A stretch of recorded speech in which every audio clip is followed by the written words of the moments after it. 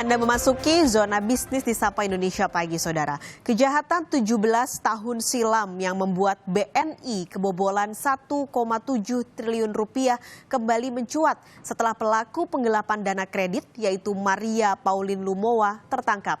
Nah, bagaimana kronologi dan juga alur kejahatan lewat skema kredit ekspor impor fiktif ini? Berikut ulasannya. Maria Pauline Lumowa adalah luka lama bagi Bank Negara Indonesia alias BNI.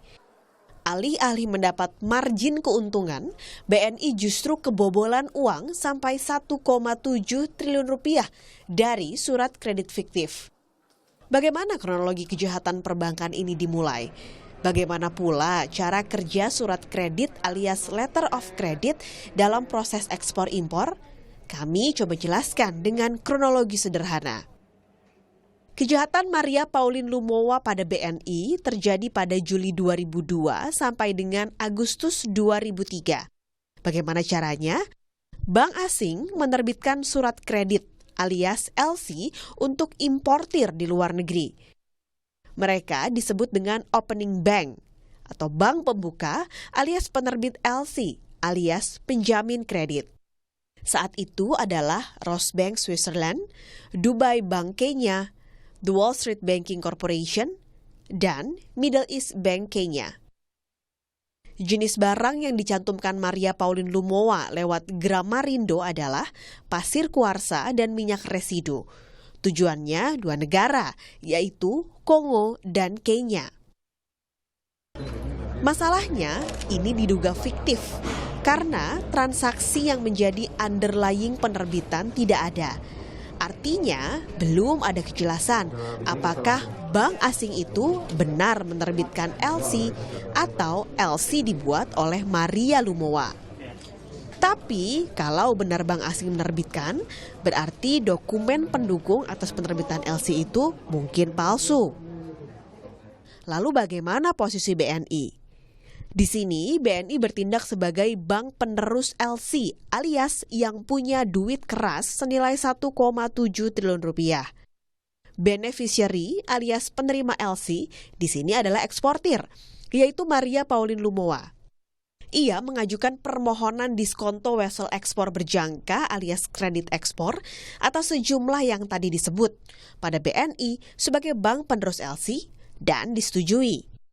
Uang dari BNI sebagai hasil ekspor cair ke beneficiary alias penerima, yaitu Gramarindo Group, senilai 1,6 triliun dan Petindo Group, senilai 105 miliar rupiah. Masalah muncul setelah beberapa tagihan jatuh tempo, opening bank atau penerbit LC yang di awal disebut bank asing tidak bisa membayar kepada BNI. Nasabah sekaligus eksportir di sini adalah Maria Pauline Lumowa yang tidak bisa mengembalikan uang hasil ekspor yang sudah dicairkan BNI sebelumnya. Setelah diusut kepolisian, ternyata kegiatan ekspor oleh Gramarindo milik Maria Pauline Lumowa tidak pernah terjadi. BNI bisa kebobolan karena keterlibatan orang dalam alias karyawan yang sengaja menyembunyikan keanehan pencairan LC. Kembali ke awal, sejak kasus BLBI, sistem dan prosedur pengamanan kredit di perbankan direformasi, termasuk transaksi LC Bank BUMN.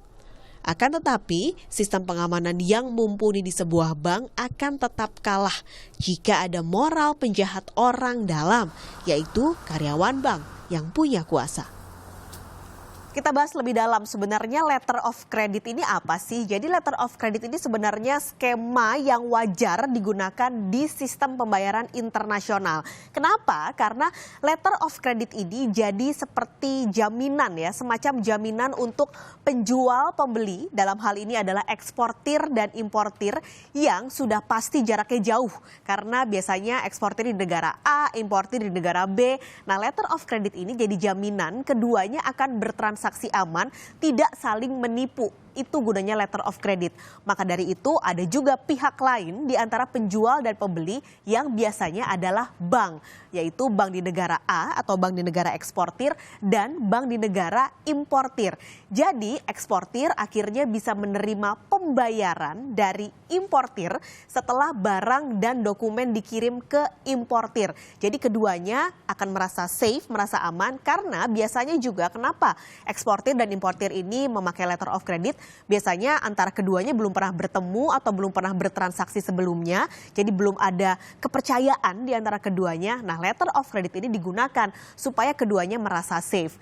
Saya akan jelaskan lagi sebenarnya skema dan alur letter of credit ini, pembuatannya, transaksinya seperti apa. Jadi kita hapuskan dulu yang kasus BNI ini. Secara umum, letter of credit ini sebenarnya dikeluarkan atau diterbitkan oleh importir. Importir dalam hal ini adalah pemohon. Kita anggap dia ada di negara A. Nah, biasanya dia akan menunjuk bank penerbit di negara asal importir, berarti di negara A juga, untuk menjadi bank yang akan mengeluarkan LC.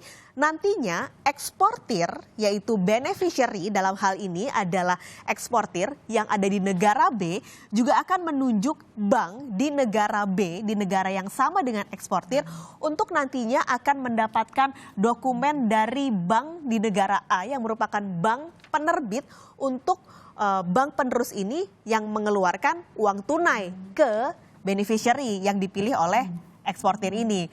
Tapi permasalahannya sebenarnya kan rumit ya, rumit banget gitu. Kayaknya fraud terjadi di sini tuh harusnya bisa ditekan. Tapi permasalahan yang terjadi adalah kenapa bisa terjadi fraud di BNI tersebut.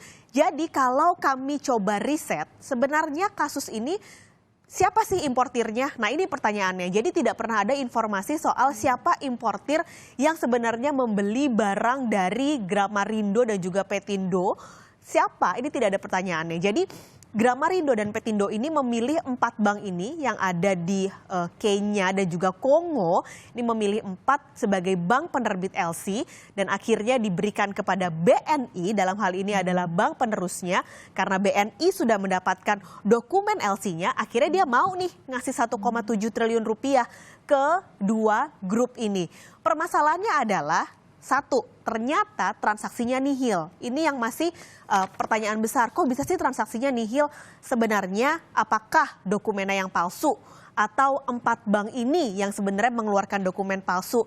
Atau Gramarindo dan Petindo ini mengeluarkan LC palsu?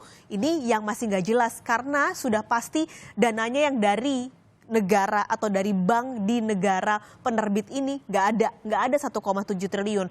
Jadi BNI akhirnya rugi 1,7 triliun.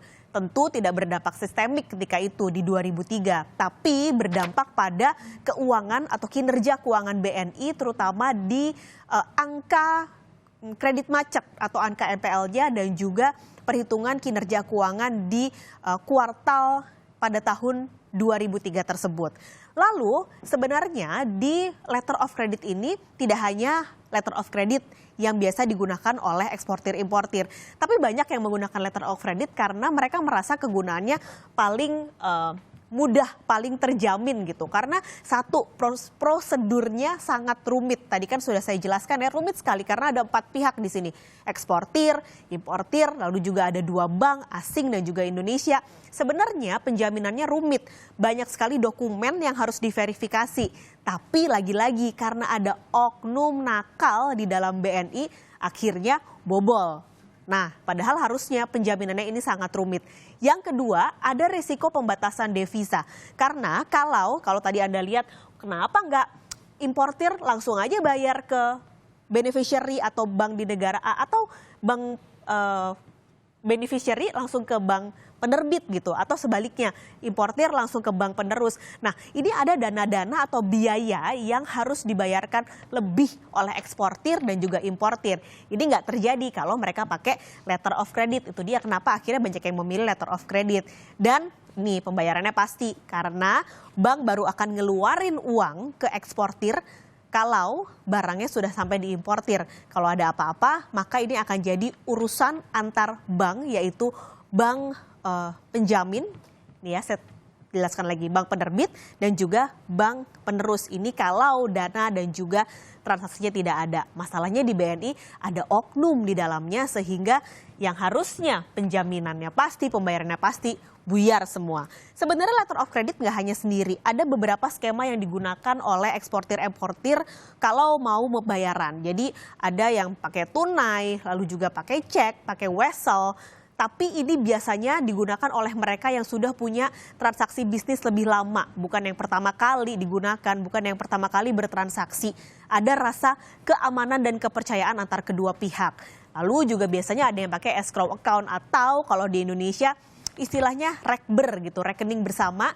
Mereka buka satu, jadi kalau ada apa-apa bisa ditransaksiin oleh dua belah pihak. Masalahnya escrow account ini juga punya tingkat ketidakamanan. Jadi misalnya nih kalau importirnya udah bayar, diambil nih sama si eksportir uangnya. Ternyata eksportirnya nggak ngirimin barang ke importir, itu importirnya udah nggak bisa apa-apa karena uangnya udah diambil sama eksportir karena ada di escrow account atau rekening bersama dan dua belah pihak bisa sama-sama bertransaksi di rekening tersebut. Itu makanya kenapa letter of account lebih sering digunakan dalam transaksi perdagangan internasional. Kita akan tinggalkan soal letter of account ini, kita akan kembali usai jeda. Indeks harga saham gabungan kemarin akhirnya berhasil ditutup goceng, saudara. Nah, apakah energi yang sama masih membuat IHSG bertahan hingga hari ini?